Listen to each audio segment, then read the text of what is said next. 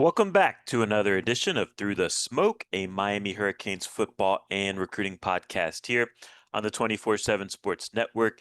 David Lake, joined as always by Gabby Urrutia. We're here to have kind of an open conversation today about, just where things are at with Miami's recruiting efforts for this 2026 class. I think it's fair to say that Miami's hit a bit of a lull in terms of the momentum that it established early in the cycle. The month of July has been a little bit light, but we want to provide, I think, perspective and context, discuss the good, the bad, the ugly of this class in general. There is a lot of good, and I think we want to highlight that, as well as maybe touch on, maybe just where things are in general with Miami's recruiting efforts and within the landscape of where things are at in college football now, etc. Before we dive into the podcast, though, of course, we want to highlight a couple of our sponsors, starting with Canes Connection. Very important still to have a strong collective in the NIL space. Yes, things are changing, and it's hard to know where things are going, but Canes Connection's not going anywhere. It's still vitally important in these talent acquisition efforts. And we want to highlight a new promotion. We're partnering with Canes Connection with this on the podcast here, and opening it up to new and existing members to Canes Connection to have the opportunity to hop on the podcast with us and have a little Q&A session or a discussion wherever the member wants to take it. We'll go there and we'll answer however we feel or give our takes on things in general. So again, go sign up today, canesconnection.com. Use the promo code 247 when you do sign up, and you get 20% off your first month. And join the pool to maybe hop on the podcast here with us. But beyond that, it's important to support Canes Connection and help the program on that grassroots level.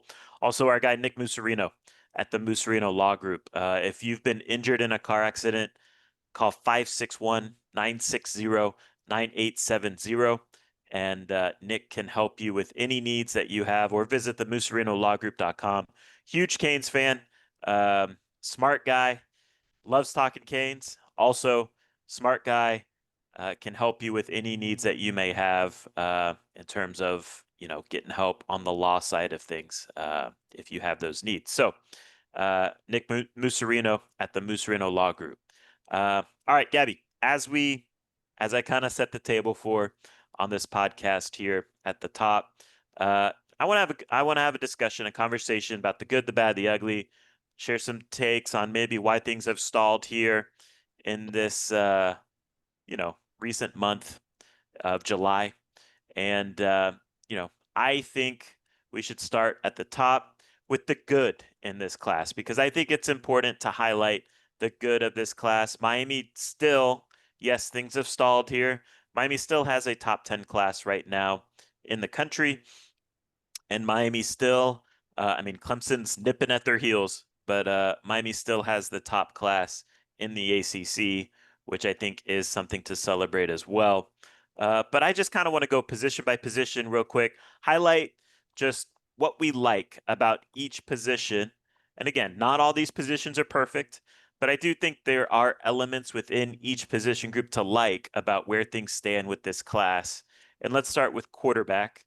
Of course, Darian Coleman, Miami's longtime commit in this cycle at that position. To me, Gabby, we've talked about him plenty, but to me, I like him because I think he is just a good fit for this air raid type of offense.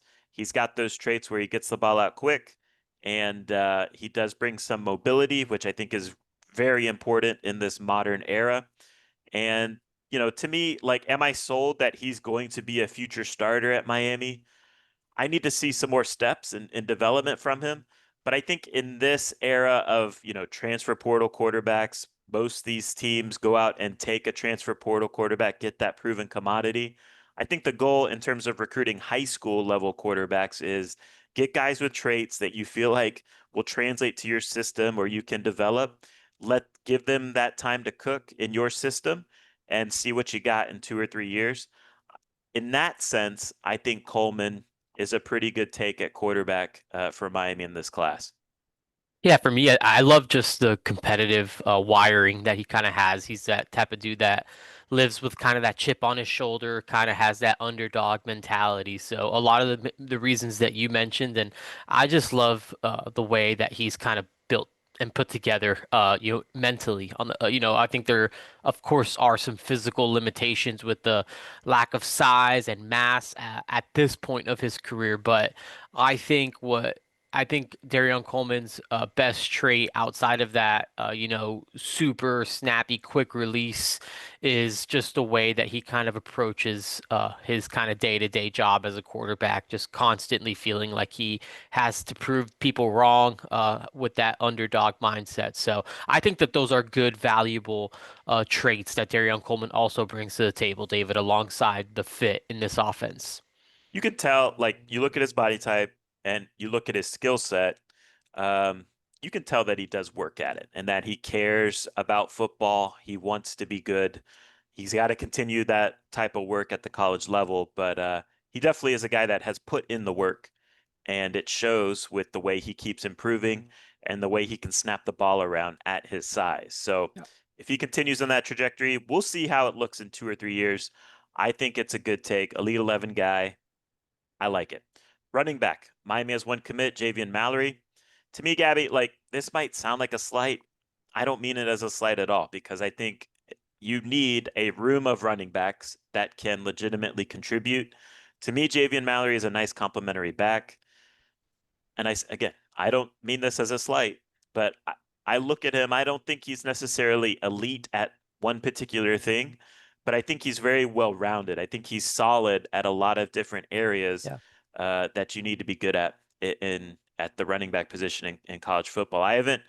I'll say this, like in recent classes, I haven't necessarily loved the running back twos that have been signed by Miami. Um, but if Javian Mallory is your running back two, which is to be determined, he might be the running back one. But if he is your running back two, I really like him in that role. Yeah, I think Javian Mallory is.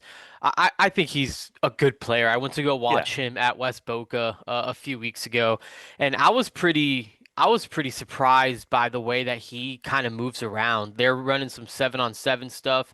The way he's even able to kind of shake and separate and run routes was honestly, I was pretty impressed by even that aspect of his game. He definitely looks like a bigger back that you wouldn't think has kind of like that sort of wiggle and ability to kind of break agreed. and catch passes out of the backfield. Look pretty natural doing it. Again, is he ideal running back? Again, potential running back one. I think he is probably to your point, David, probably the best like RB2 that Miami's taken maybe to this point of the crystal ball era, but we'll see if he ends up being an actual RB2. But regardless, I actually think that he's probably better than I gave him credit for, maybe earlier in the process, and Same. I do think that there is something there. So, Javier Mallory is a talented kid. He It's is. just a matter of what the rest of this running back class potentially looks like. Agreed. Wide receiver, you got Vance Spafford, who, I think his strength is his versatility in terms of the ability. He can play outside, he can play in the slot. He's, of course, very fast. He's got those track times, those 40 times that are impressive, runs good routes. And, to me, he's just kind of like that guy that, eventually he's going to be a productive college football player. And so that's a good take. Essentially, got him from Georgia. Um, and that's impressive. And then Tyron Evans is, the guy, again, you could take this in a negative way. I don't mean a negative way. I'm just speaking pretty direct to the point what I think about him as a player. Tyron Evans to me is one of the best downfield threats in the country. I think he is a one-trick pony though, but it's a heck of a trick, right? Like you want those guys that can make plays downfield Yep. at his size. And he reminds me a lot of kind of like back in the day, if I'm putting this in Miami Hurricanes terms, kind of like a Tommy Streeter type, who, took a while for him to put it all together at Miami, but his best season at Miami, he had 800 plus receiving yards in a season and was a big play threat for the Hurricanes in that offense. I think it was Jed Fish offense, if I remember right. But, anyways, two solid receivers. Is there a clear-cut wide receiver one committed? No, we'll get into that here later. But I think this is a solid start for Miami at the receiver spot. Yeah, I think two additions that kind of fit the mold of what Miami They fit went their into this. system Yeah, really well. exactly. I think they're two greats. I think I think they went into the cycle looking for two guys just like this. It's not done yet. Hopefully this isn't the end of the receiver class, but they were looking to add speed on the outside. You get a ton of that in Vance Spafford. Again, a guy that gives you a little bit of versatility about where he can kind of line up and play. But at the end of the day, this kid runs a 4.35, a Right. 40-yard dash. He brings a lot of speed. Miami, if you kind of start poking through and start having conversations about what Miami feels like isn't on the roster, it is that electric downfield speed. Just that big time speed is just not that element is what's missing, which I think is a big reason why they went and got a Keelan Marion. A Yeah. guy like that who has that. That's just a trait that they value. They really didn't even have it last year. No. Jacoby George is not the fastest guy. Xavier Restrepo, obviously not the fastest guy. Isaiah Horton, those types of guys. It wasn't the fastest group. Miami wants to be fast on offense, and I think going out and getting Van Spafford gives you some of that. They need to get more of it. They definitely are not. They're still looking to get faster, but I think Van Spafford was a big addition in that regard, and then Tyron Evans for all the reasons you said, David. Just big, long strider who Yeah. can get downfield, make big plays. You got to develop those guys. He is a one-trick pony right now. You got to try to fine-tune and develop, the route tree and help him to just kind of get better in all those aspects if it means getting on the field. But we've seen it in the past. Miami's tried to get some of those deep post types of guys. It hasn't always worked out well, but I think when you kind of bring them in and develop them over a few years, there's definitely some optimism about Tyron Evans. And get just seeing him in person, he is bigger than I think people realize. Like he is Yeah. over 6'3". He's already in like that His 200-pound range. 24/7 profile picture Yeah, it's deceiving. is outdated, it looks like. I mean, Definitely. he's It looks really definitely outdated. he's thickened up quite a For bit, sure. it's fair to Yeah, say, right? absolutely. Yeah, yeah. He looks like a lean, skinny, tall guy. Like he is way more filled out than I think Yeah. people realize. And I think when he eventually gets to campus or people kind of get eyes on him, I think people are probably going to be more excited. I'm talking about nationally too. Like even just like, if it's from a ranking standpoint or whatever like that, I think he's just one of those guys that if he got the exposure He and if he looks the part. let's say he was on the 7-on-7 circuit and maybe just more people were able to get eyes on him, I think that just the national outlook on him would be a little bit different because being out at a lot of these tournaments, there are not a lot of guys that are quite that big that are already that far along physically. Like, Right. there's a lot of like the tall, skinny guys that still need to add mass. But I think especially in this cycle, finding a Tyron Evans like that with the physical gifts that he already possesses plus the production, I think is a unique. I think that's a unique combo, and I really like that addition for Miami as well. Tight end, Miami's got a big, fast, athletic player committed in Israel Briggs. To me, Gabby, like if I'm just simplifying this one, to me, I think he has the potential to be Elijah Arroyo all over again. Good Yeah. size, runs well, catches the ball cleanly. He's a big time commitment. This is what Miami does at tight ends. This is a home run. Home run. I don't think people also realize. I don't think, first of all, I don't think people realize how good Israel Briggs is as a pass catcher. I've gotten clips from some stuff that he's done, out on the West Coast that doesn't make its rounds on social media. He is an extremely impressive, like just going up, high pointing the ball, contested catch, getting his feet down. And I also don't think people realize how underdeveloped he is. Like, Yeah. I think his story is one that's going to come out if his career turns out has an Elijah Arroyo trajectory and he becomes productive. I think the world's going to hear Israel Briggs' story one day. And again, just to put it plainly, he's extremely underdeveloped at this point, has a long way to go physically, but the traits and everything that he has already Yeah. is extremely, extremely rare for how just raw of a player he actually truly is. So when he gets into a college program and he continues to thicken up, he is going to be a really, really good football player. So I'm super excited about Israel Briggs. And he's a top 100 player. So I mean, Yeah, he is getting for respect, and sure. people recognize these traits and all that. So he's a big time commitment. Offensive line, look, this is what Mario Cristobal does. Alex Mirabal, his right hand man, they've put together a offensive line class of big, physical, and nasty guys. I mean, Jackson Cantwell, you know, I think he's 24/7 as of number 10. The composite as of number 1 in the country.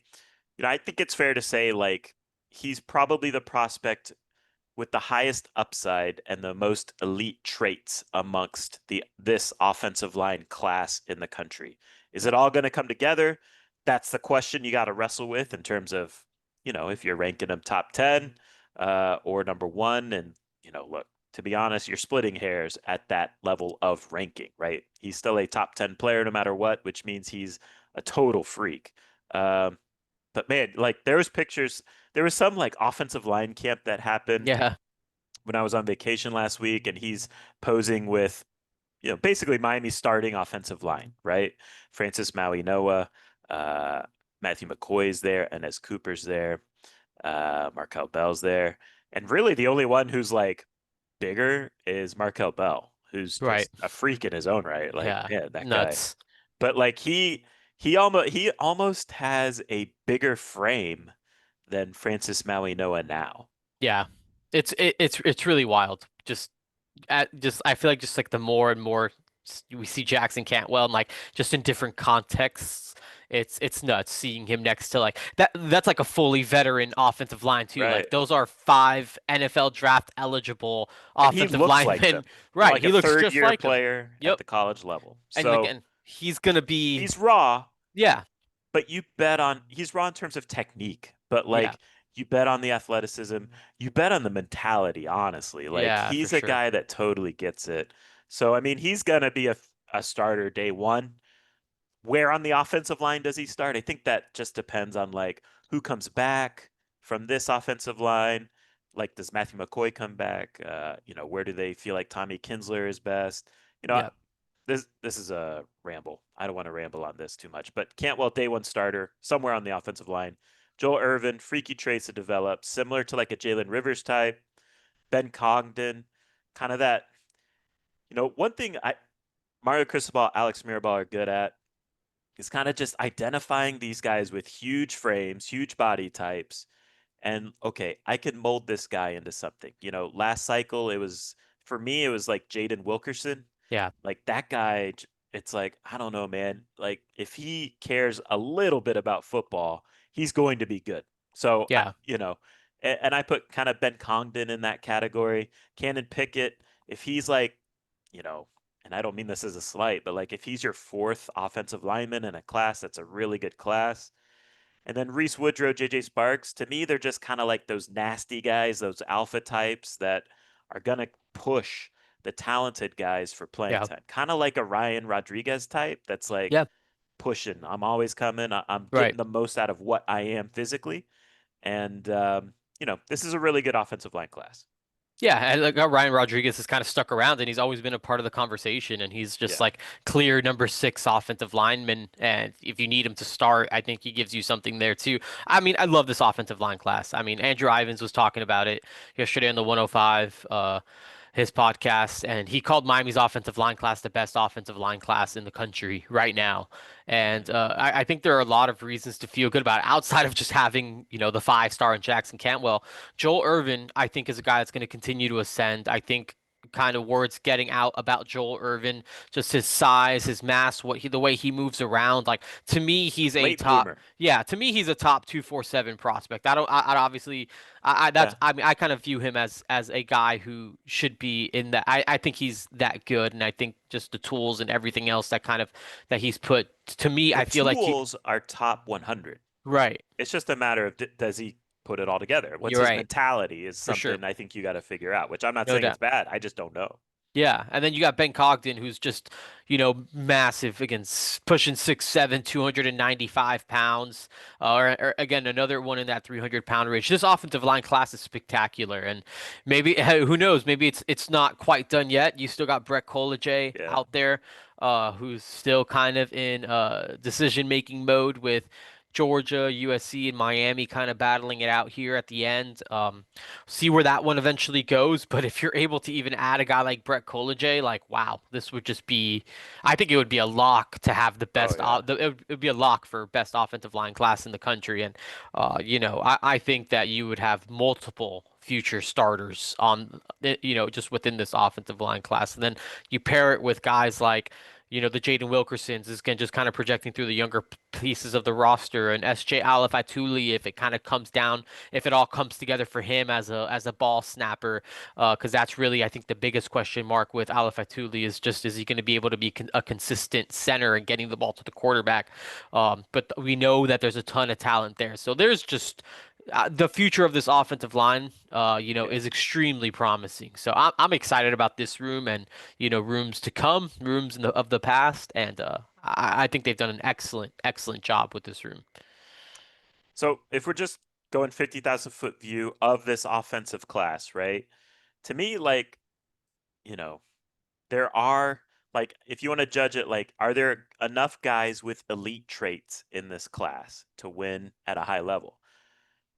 Darian Coleman's got that quick trigger and that mobility in this air raid offense, I think translates well. We'll see if it all comes together. The speed and quickness of Advanced Spafford, Yeah, I think, is in that category. Israel Briggs, I think, is an elite tight end prospect, period. Offensive line, I would put Cantwell and Irvin in that elite potential, right. um, with their physical traits. So that's to me, Gabby, like that's a good starting point. There's areas that, of course, still need to be addressed. Running back, is there enough there, etc. But I think that's a strong starting point on the offensive side. The defensive side, I think there's still some work to do. Um, Defensive end, you got Ashari Charles, brings that speed rush element. I think you need that guy that can do, bring something different off the edge. And Ashari Charles is that guy that's 6'3, 6'2, 230, 240 type of edge rusher that can get after the quarterback. Those guys are valuable. Um, I like him in that role, but there needs to be more. What do you Yeah. like about what Ashari brings to the table there? Yeah, I definitely I love that Miami's kind of getting a premier defensive player from Venice because those guys Yeah, typically it's a translate good to the program. to the college level. If you look at Damon Wilson, Elliot Washington, some of the guys recently, Charles Brantley, who went to Michigan State and had a good career over there, and we'll see what he does for Miami this fall. So I like that, and again, I think he's just a good, strong quality again speed rusher off the edge. I think he's a good scheme fit with what Corey Heatherman kind of wants to do and wants to be as far as just kind of just going, getting after the quarterback. So I think Ashari Charles is a really good player. And again, I think he's someone that's also going to get to the college, to the college weight room already in that 235, 240 range. And I think he's gonna gain more mass and just continue to get more explosive. So I think he's someone that could end up being, a quality rotational piece, for the Hurricanes down the line. I mean, if I think he's probably similarly built to like maybe like a Malik Bryant, but I think he's way Yeah, twitch. I think he's twitchier than a Malik Bryant. So I think that, if he can give more you violent too, I think, right. Yeah, so honestly. I think he can end up being a quality rotational guy behind, let's say, again, in a room that kind of gives you a couple different looks, but I think you need some more of those traditional sized edge rushers that Yeah. are more in the mold of what the NFL and these guys are looking for. D tackle, I genuinely like the guys that they have committed in Anthony Kennedy, Tyson Bacon. Long term, to me, they're rotational type of guys, which is not a bad thing. Those are the types of guys I think will play like 300-ish snaps in a season when they're ready to go. In Kennedy, you got the big body to develop. In Bacon, I really like the way he plays in terms of like instincts and how he reads the game at D tackle, which is a weird thing to say, but he just finds a way to kind of make plays at that interior defensive line spot. Is there a total game wrecker committed in those two? Probably not, but I think these guys will play at Miami. Maybe be on that Ahmad Moten type of trajectory where, okay, come year four, you got a good player. It's just going to take time. And, you know, as we've talked about on this podcast, Gabby, you don't really want to have to go to the portal to pay for defensive tackles that are probably going to be undrafted free agents in the NFL. Now, if you have to go do it, you have to go do it. But the value there, just there isn't value there. So Right. these type of guys kind of, in my opinion, prevent you having to go do that in the future. And so I think it's a solid start to the D tackle class. Yeah, I think just you look at both these guys and Anthony Kennedy, mass, right? Yeah. We talk about just wanting some of those 6'3", 300+ pound guys. Anthony Kennedy's in that probably a little bit, more in that 330 pound range. You probably want to get him down to maybe Yeah. 310. But I'd rather get a guy like that and kind of be able to work down than have to kind of maybe build someone up. Just someone who could potentially be like a nose type down the line, or just someone you can kind of throw into the middle of that defense. Someone to develop. Yeah. And I think that there's a ton of value into that. We'll see what he is. I think it's going to take some time for it to all come together for Anthony Kennedy. But this was a guy that was highly valued by Missouri. They do a really good job on the defensive line, and I think that that's notable. And then Tyson Bacon, I think he's someone that at the end of the day had some legitimate SEC interest. He did take an official visit to Georgia. He took an official visit to Florida, and Miami's ultimately. Oh, he was committed at one point to Tennessee. And Miami is the school that kind of ends up acquiring him. We'll see what it looks like for Tyson Bacon. Another one who I think is going to need some time to get rolling, Yeah. but I'm all for quality bodies and stacking these types of guys because we always have questions, and I think we still kind of have questions. Yeah. Who's the fourth defensive tackle? Who's the fifth defensive tackle? And I think getting guys like Anthony Kennedy and Tyson Bacon help kind of, solve that equation Yeah. down the line. Similar Uh, like last cycle to Dante Simpson. Like right. he's a good player. He's gonna take some time Yeah. and add to your depth. Yeah. So depth that you can never have too much depth on the defensive line. And I think these guys are very good evaluations relative to, what they command financially and where they rank, etc. Um, Linebacker. You got Jordan Campbell committed, longtime commit. You got JJ Edwards committed, flipped him from Rutgers essentially. To me, Gabby, like, you know, we can have a conversation about like how much do you want to invest in linebacker recruiting? I do think it's important, of course. Um, but I am cool with the profile of a Jordan Campbell and JJ Edwards type of linebacker every cycle. If Miami's going to keep adding these types of guys, they're both guys that have good length, both guys are good athletes, both guys are violent when they come downhill with physicality. I think with every linebacker, like you can nitpick their coverage. I think that's fair. Um, but overall, I think these guys are definitely good enough to be future contributors down the road at Miami in time. Yeah, that for sure. And Jordan Campbell is a guy that I think is just continuing to add mass to his frame. Saw him on Saturday at the Crib Classic, and he's just kind of continuing to kind of just build muscle. Again, as far as like just a local type of guy like Jordan Campbell, I think is a solid addition for Miami.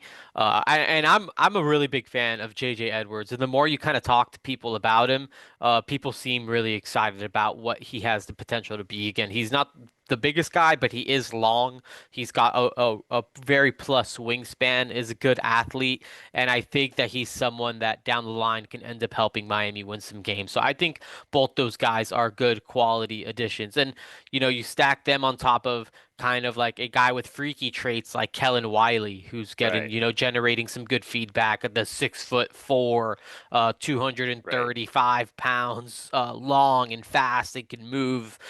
Who, if it all comes together for Kellen Wiley, like that's a potential game wrecker type if it all kind of Yes. clicks. So, I think if you feel good about what you have in him, bringing in some guys like this that are also just really good athletes, I think is solid. You want to add more. I think you always want to kind of add more at linebacker. I think just continuing to add quality depth to the room, but I think that I think this is a good starting point at linebacker for Miami.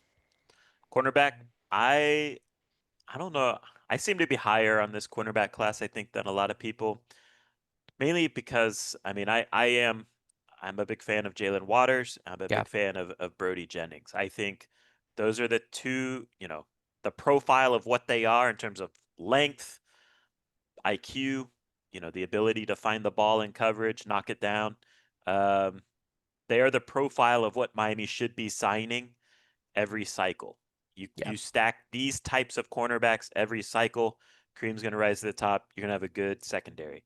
Um, Particularly Waters. I think Waters is big time, honestly, and Miami has to find a way to hold on to him. Then you have Camden Portis, Jontavius Wyman. To me, they're like developmental guys. Maybe they work in as nickels down the road. Need to gain some size, some mass to their frames. But to me, this cornerback class starts with Jalen Waters, Brody Jennings, and I think that's a very strong start. Yeah, what I wrote down is just really like Miami's top two cornerbacks, Jalen Waters, Broden Jennings. I think that's as good of a cornerback class as Miami has signed over the past 10 years. I think it's been a struggle for Miami to at times to sign quality cornerbacks, and I think Jalen Waters and Brody Jennings is a very, very good 1-2 punch as far as just Very good. adding depth to the cornerbacks room, especially considering the depth that they've acquired via the transfer portal with multiple guys having multiple years of eligibility. You don't need to thrust a Jalen Waters or a Brody Jennings into situations that they're not prepared for early on in their career. I think you give both those guys time to kind of bake and develop appropriately. And I think when those guys come out on the other end of that and get their opportunity to get on the field, I think both those guys are going to be really well prepared. And I think that they're both just really talented players. So I really, really like, for you to just the more you see Jalen Waters, it's hard just to not feel like there's something there as far as Cornerback just one, yeah, like a future starter. Like like a he's Xavier got Lucas type. right. Again, maybe we don't know with Xavier Lucas. I think we have the verified speed marks with Yeah. Jalen Waters. I get why that might be kind of a hold, like kind of I don't know, holding for pattern for some, but he's just unbelievably long. Watched Yeah. him in that OT7 tournament. He does not get targeted very often, and he just understands. Like he's not like awkward long. He's long and just moves and is fluid. And again, I think to me it's just prototypical as far as just what you would Agreed. want a big time outside cornerback to look like. And Brody Jennings, someone I have probably less exposure to in general, but just talking to people about him, they are really, really high on his man cover To me, he's corner very skills. smart. Yeah. He's a smart guy. Yeah, and they feel like he can man guys up, and he can just be. And he's another one he's not a small guy. He's Yeah. six in that 6'1" range, so he's not an undersized corner. Miami's stacking. I mean, has two outside corners who could potentially play opposite of one another, Yep. who could be starters down the line. So I really like this cornerbacks class with Jalen Waters and Brody Jennings. Safety, nothing really to talk about there Yeah, yet. We'll get unfortunately. into that here in our next little section we're going to talk about. But if we're going like again, 50,000 foot view on the defensive side, look, I think it's fair to say like I don't think the defensive recruiting in terms of the commits, I don't think it's a bad group, but does it have like the same type of juice that you have on the offensive side? Yeah. I think again, Waters and Jennings is a very nice cornerback tandem. I like that a lot. The other stuff to me is just kind of like rotational type stuff, which matters on defense because on that side of the ball, you play a lot of players. Linebacker, I think you hope like one of Campbell or Edwards hits in a big way. And then safety, they just don't have that. It's huge question mark. They don't have anyone committed. So when you look at this defensive class from a 50,000 foot view, how do you view it? Yeah, to me, it's just kind of lacking especially in the front seven. To me, it's just lacking like like the star power. Yeah.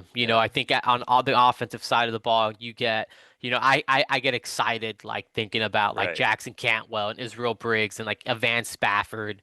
I can get on board with the Tyron Evans. I think there's again, you need depth, but I think there's just too many depth pieces at the top of this defensive class. For now. Yeah. Yeah, for now. We'll see where that changes. We'll see if that changes, and we're gonna get into it. But it just feels like there was a lot of meat left on the bone at a lot of these positions, and I think that's caused some frustration. I think that's understandable. I think at a position like safety, especially where you're thin. Like Yeah. you're thin. There's not a like I think you look at the roster and there's not like a clear uh up and coming riser that you feel excellent about unless maybe Bryce Fitzgerald if he's gonna stick at safety or maybe he's playing cornerback. I still don't even really know what that looks like. Um Try him at safety first, please. yeah, please try him at safety first. Um, so yeah, it's not. I mean, to me, it's just quite simply, it's just not good enough. And I think there are definitely reasons why. We can get into that. Fair or unfair. I think that there's just more. It just needs more on this Yeah. defensive class. So let's do that. Let's have a conversation on why the momentum has stalled. Again, this is not a bad class. This is a top 10 class right now. But it is fair to say like things have stalled out here in the month of July. And Gabby, I just want to go real quickly through kind of the recruiting misses and where they've committed to. And I'll just run through them now. We don't have to talk about each guy, Yeah, right? But, let's talk about in a big picture sense on some of our thoughts on the misses and, maybe if we have some takes on why it's happening this way or if this is just the recruiting game because I think on some level that is just a simple explanation. This is just recruiting game. But anyways, running back Derek Cooper is trending to Texas. That's the local running back, top 100 player, Shaman Madonna. Uh, Trending to Texas. Running back Jay Lamar commits to Georgia. Wide receiver, again, Chaminade. Uh, Jason Lopez commits to Florida State. Local wide receiver Calvin Russell, 5-star guy, commits to Syracuse. Tight end Zachary Turner from the Dallas area commits to SMU. Hezzy Kent from that South Georgia area, tight end, commits to Florida. Then on the defensive side, to me it's a bit of a bloodbath in some ways, for lack of yeah, a better phrase. Local D tackle James Johnson commits to Georgia. Local, sorry, Georgia defensive tackle Bryce Perry Wright commits to Texas A&M. Then you have Lamar Brown to LSU. That wasn't that surprising, honestly. Guy goes to school on campus at LSU in Baton Rouge, essentially. Then you got Nolan Wilson committing to Alabama. Anthony Jones trending to Alabama, Oregon, Texas A&M. Miami didn't make his top three. Uh, DeAnthony Lafayette commits to LSU.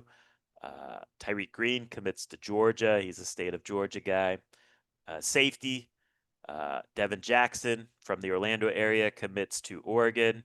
Safety, Blake Stewart from the Atlanta area commits to Clemson. So, that's a lot of names, Gabby. Um, Again, some of it is just the nature of recruiting. You're not going to right. get everyone you want. Uh, Recruiting, especially now with the money involved, everyone has money. It's highly, highly, highly competitive. Uh, and some of it is like Miami, which again, I'm here for this, but Miami is swimming in some deep waters Yeah, as it relates to recruiting battles, trying to win. We're talking about like losing guys to Georgia, to Texas, yeah, to Alabama, to LSU, to Texas A&M, to Oregon, to Clemson. Like these are the elite of the elite in terms of recruiting, which shouldn't be accepted, you losing those battles, but you're going to lose some of those battles. That's just the nature of the game. So I say all this like Gabby, when you look at this list and kind of take a step back, right? Is there like a fair explanation you think for these misses? I think there are. I think some of them there's not. I think at the end of the day, like someone like Which James ones Jones, bother you most? I think for me, if you don't get Derek Cooper and you don't figure that one out before Sunday, to me that's like to me, truthfully, I think that's unacceptable. I think he's been your guy from the very beginning. He's always been the guy that, you know, no ifs, ands, or buts, gotta land this guy. So for me, that one would be unacceptable. On the defensive line, the defensive side, to me, James Johnson just being here, like, just gotta try to find a way to figure that one out. Just with him going to Georgia, at the end of the day, even if he's not a Dade County kid, which I don't consider him one, he's playing at Northwestern. He's from Southwest Florida. You've been on that one for quite some time. He was, to me, your best chance at landing a premier line of scrimmage player this Right. cycle. So that's where that one hurts. Again, he's going to Georgia. Like, you can't really blame him for that. So I think those two, to me, hurt the most. And I think for me, David, just when I'm looking, especially at this defensive line class, to me the explanation here is that Miami, I think I mean, you talk about swimming in deep waters. They went all in on the deep waters. They burned the boats and jumped into the deep waters Explain because what you mean, because you so wrote a good article about this, yeah. and I think it's a fair explanation. But go ahead. Yeah, I think they went all in on some of these elite line of scrimmage defensive line, defenders. Bryce Perry Wright out of Buford, Georgia, and Atlanta. Lamar Brown out of University Lab on LSU's campus in Baton Rouge. Nolan Wilson in Mississippi, which, Anthony Tank Jones out of Mobile, Alabama. Even the safeties, Tyree Green in Atlanta, another Buford kid, Blake Stewart, a kid from Atlanta. They went all in on guys from basically like the deep South, Right. where SEC country. yeah, and I'm not against them going all in on these guys. Where I think the disconnect was going all in on these guys and not really giving yourself any wiggle room anywhere else. Plan Bs. Plan Bs, or just also taking that same aggressive approach with guys in other regions where you've been more successful. For Yeah. Explain that. I Highlight wrote that. up, yeah, wrote about it. Some of Miami's premier defensive line acquisitions have been basically in Big Ten country or from major U.S. cities. So, Ruben Bain, Armando Blunt, two guys they kept home from Miami. I mean, that's a win, Yep. right? You go into Chicago and you get five-star Justin Scott and a fringe five-star in Marquise Lightfoot. You go out to Southern California, you get a five-star in Hayden Lowe. Like all those guys, which were all home run additions, were all from non-SEC regions. Miami not only went into the SEC, an area where they haven't really been successful. They've gotten a couple guys. You got, Herbert Scroggins last year. They went into Savannah and they were able to Yeah. get Herbert Scroggins. At the time, they really just beat Auburn. As the cycle continued, Alabama definitely tried to flip them. Right. That's a nice, significant win. But, Miami never really went like, pushed all the chips into the middle of the table and said, hey, you know what? This is where we need to live. And you do. That's right. This is the correct approach, but this is the correct approach if you can do it. If Yeah. you're able to get something out of it. So Miami went Which one all of in. these guys do you feel like they legitimately had the best shot at Yeah. getting? Not I James th Johnson, but like yeah. those SEC I think areas. Nolan Wilson. I think it was Miami and Alabama at the end. I think Bryce Perry Wright. I think there was a point in the week where it was like Miami and Texas A&M, and Clemson was always in there, but I think the package that Miami and Texas A&M both had on the table were well past that. Yeah. And then ultimately goes to Texas A&M, so he stays in the SEC. Like it's not even about Bryce Perry Wright's an Atlanta kid, so it's like it's Georgia. It's just the SEC. Like all these kids are just going to SEC schools. Nolan Wilson ultimately ends up at Alabama.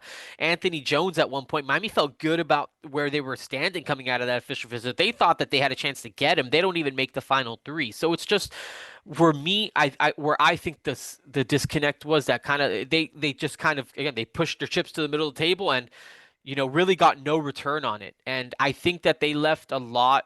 on the table as far as just some guys in the outskirts on the Midwest. In Chicago, there were two top 200, top 247 defensive linemen. Even if you kind of go into like the Midwest kind of, or as far as just like I don't know what that region exactly is, but Missouri, like where you went and got Jackson Cantwell, could have gone into St. Louis and tried with a guy like Titan Davis. There are good players in other parts of the country where it's just like I would have at least explored that. They did go to North Carolina and try to recruit like a Keyshawn Stansel. Right. In hindsight, I wish that situation played out differently because I think he could have helped Miami. So that's one, but I think that there were too many other situations that they just didn't fully explore because they just went all in on this group. And again, I respect the aggressive approach, but to me, Miami is like Recruiting my is a results business, and this right. staff knows that. Like, For sure. And it's just hard. Like no yeah, one's doing this outside of correct. So like that's no one's worth recognizing. yeah, exactly. And like Oregon is having trouble going into the South and getting some Yeah. of these kids. Like Ohio State is having a hard time. They've gotten like one defensive lineman from the South. They got a 5-star from Buford, but it's not as You simple could as like just like one thing to recognize too, and again, like this is admittedly like this is a low bar when you take these teams out of it. But if you take the Big Ten and the SEC teams out of the equation, the last, I don't know, 3 cycles, and let's include this one too, yeah, Miami by far is doing the best job of recruiting the line of scrimmage yeah, when you take the SEC and the Big Ten out of the equation. Like, right. I think that is worth For recognizing. sure. Definitely. Um, but in terms of like going head to head battles with the SEC in SEC country, those are hard battles to win for Miami right now because Yeah, I think we also got to take a step back and recognize too, like, and again, that's what you should aspire to do. I'm not against doing that, right. Same. but Miami the last 20 years is what to these prospects from SEC country. Right. Like Miami's won 10 games twice over the last 20 years, whereas these SEC schools are, having much more success in general than Miami's had over the last 20 years. So, Yeah. And even if they don't, they still get the benefit of the doubt of just being an SEC school. Because correct. those kids in those regions grow up hearing like the best football's played in the SEC. Like no one's telling those Yeah, kids because growing it up, is. hey, go to the ACC. Like Right. those people around them, it's like if you have the chance to go to an SEC school or an ACC school, you're probably going to go to the SEC school more often than not. So, And I think in general too, like, and this timeline might exceed like what this class will have to deal with. But I do think players recognize, I think agents of players right. recognize, which is a element nowadays, Yeah.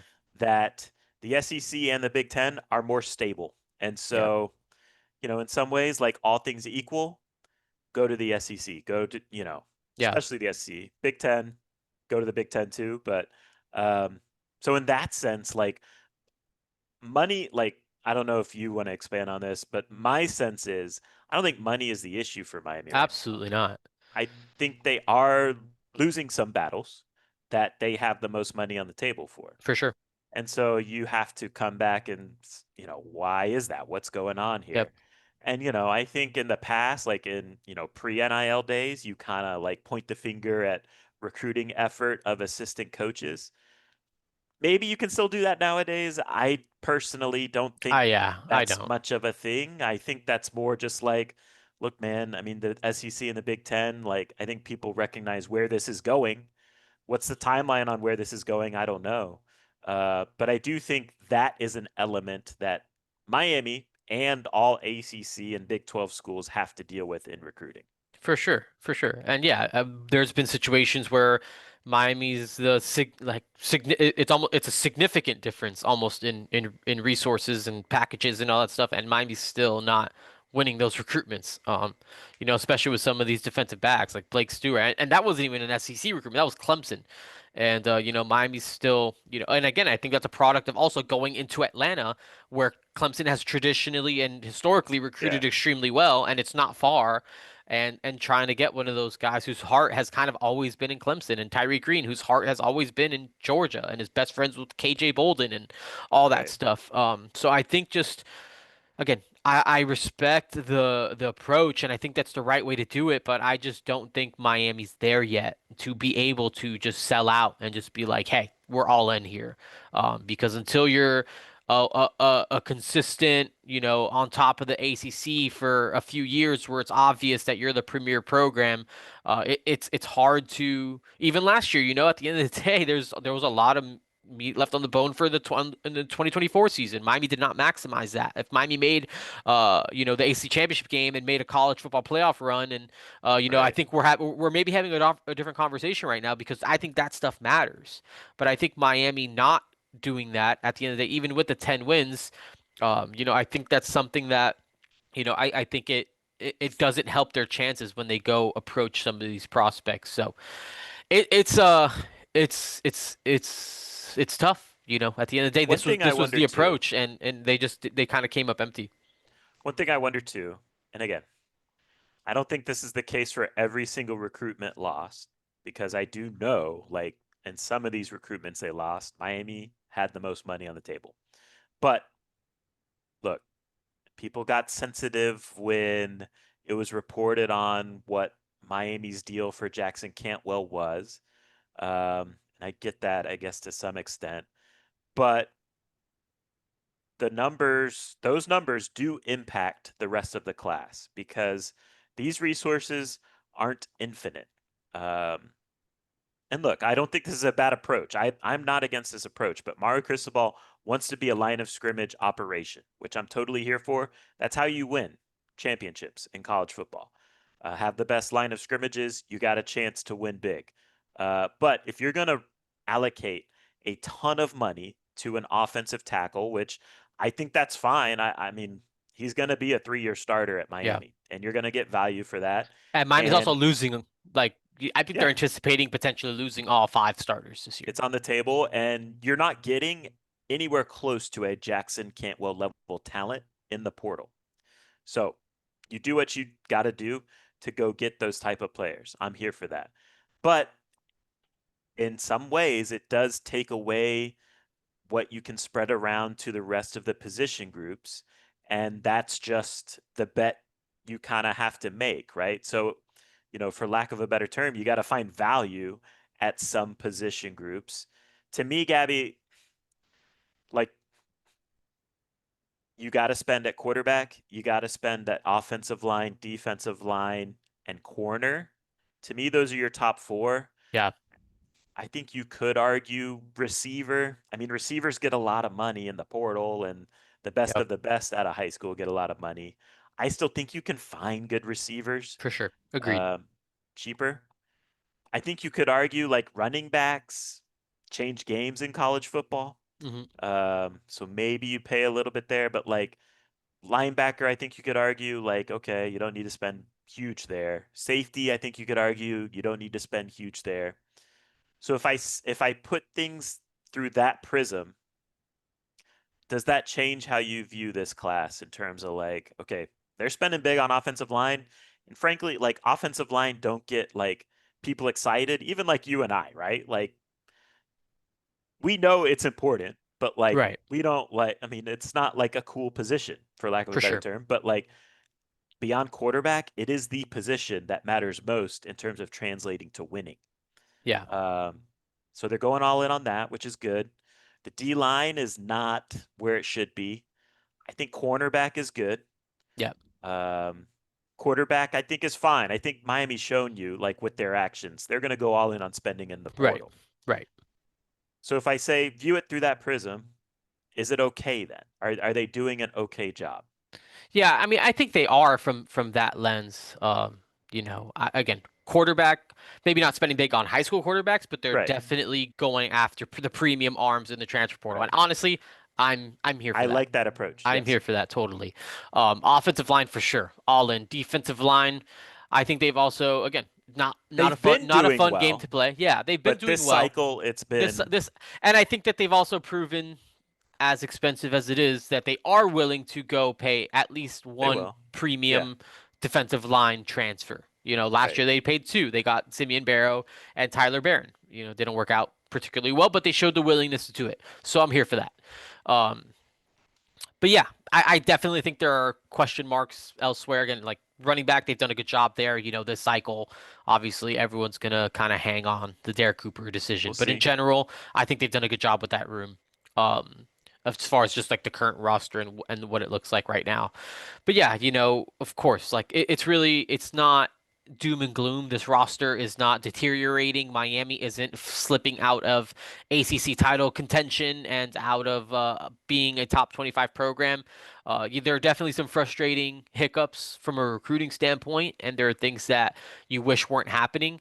But I think just in general, Miami's still in an okay spot, David. And I think and this is probably kind of maybe pivoting the conversation, but just in general, I think almost the approach now, just within this new layer of college football and where it's going, where I think it is becoming super SEC and Big Ten centric, where it feels like these two kind of like major conferences are forming and everyone's kind of on the outside kind of looking in. I think it's more important than ever to kind of gosh, I feel like so Win the ACC. yeah, win the ACC and just recruit better than the ACC. Like I No, think but that it is true though. yeah, I think that that's becoming again, and I don't even know if I'm like if I fully because I don't know if this is just a 1 year kind of situation, if this is something that's going to trend. Like we don't have enough details or data yet to know where this is kind of going.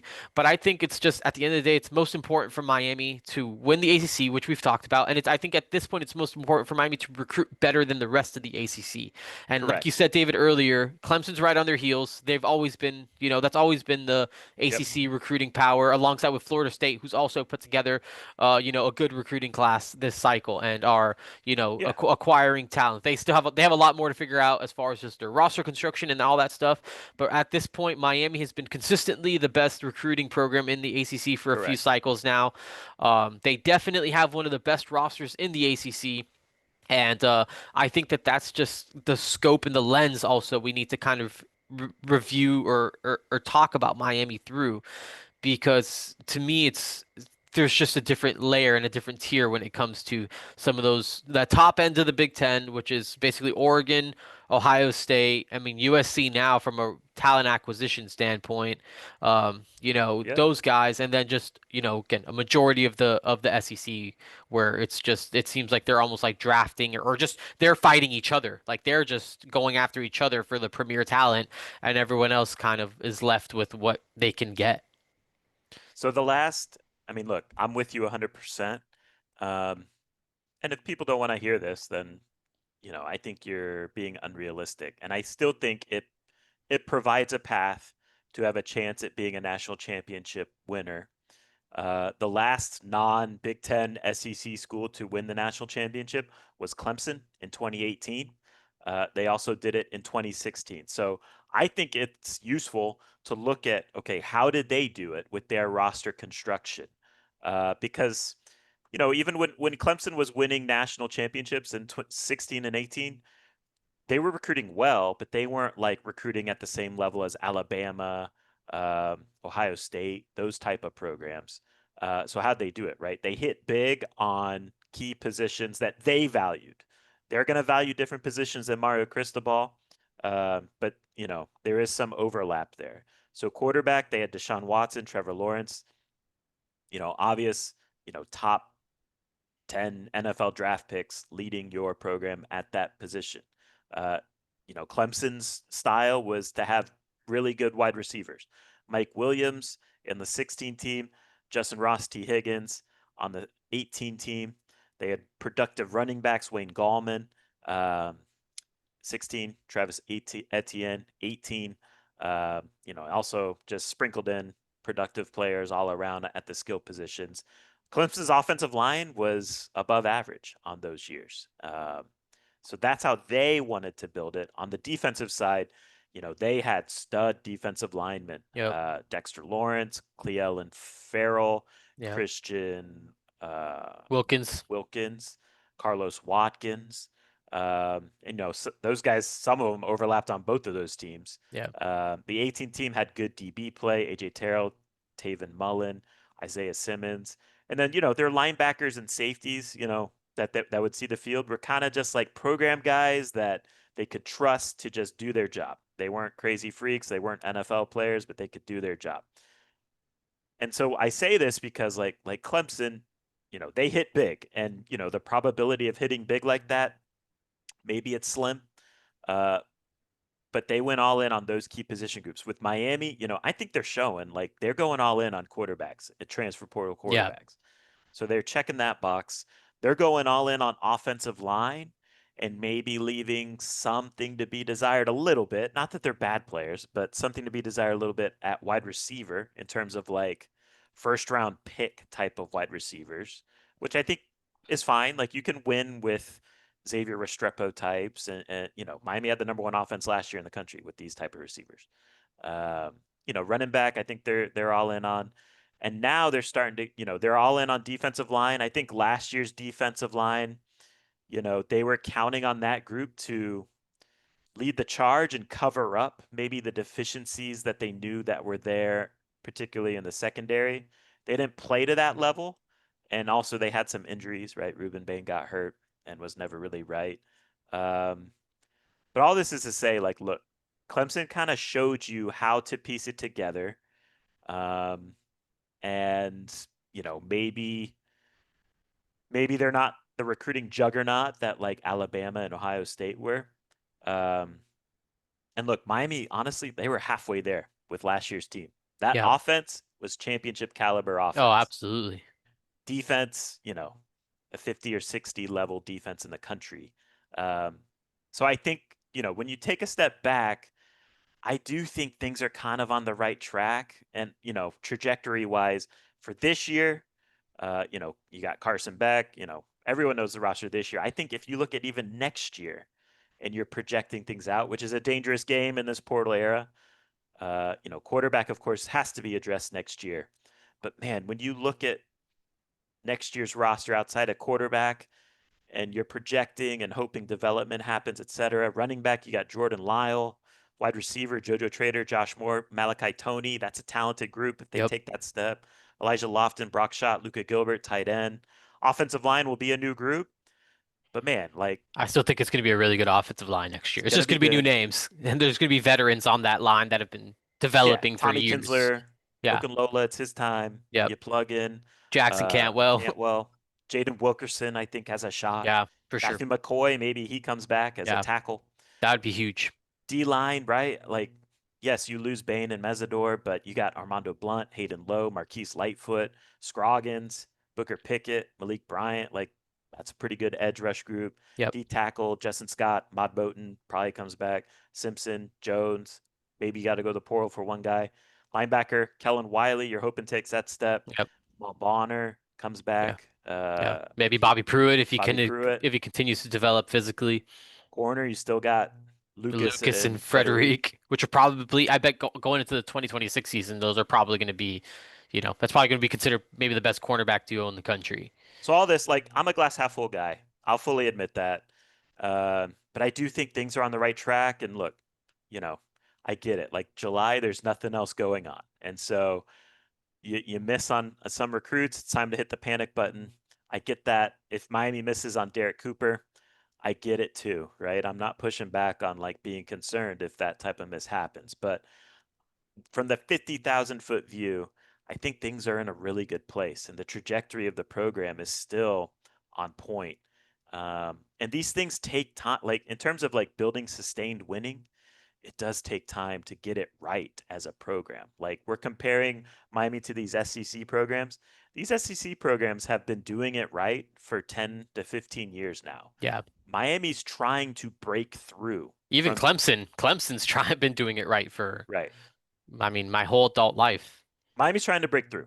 Like it prior to Mario Cristobal, you know, since from Randy Shannon through Manny Diaz, Miami was a 7-5 program. And so it takes time to build it right from that.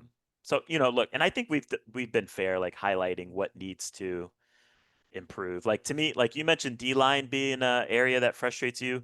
I agree with that. I'm also frustrated by safety. Like Yeah. The safety situation's really bad. I don't understand why they couldn't make it happen with Devin Jackson and Blake Yeah. Stewart. Like I think those you get those two guys, those will be starting safeties down the Yeah. road, and you'll be Yeah. in good shape. Yeah. So Both very frustrating. if you, we'll get out of here on this note, but if you were going to grade Miami's class right now, A, B, C, however you want to grade it, Yeah. how would you grade Miami's class? Yeah. I would probably say B, like solid B. I don't know if that's maybe I would being too.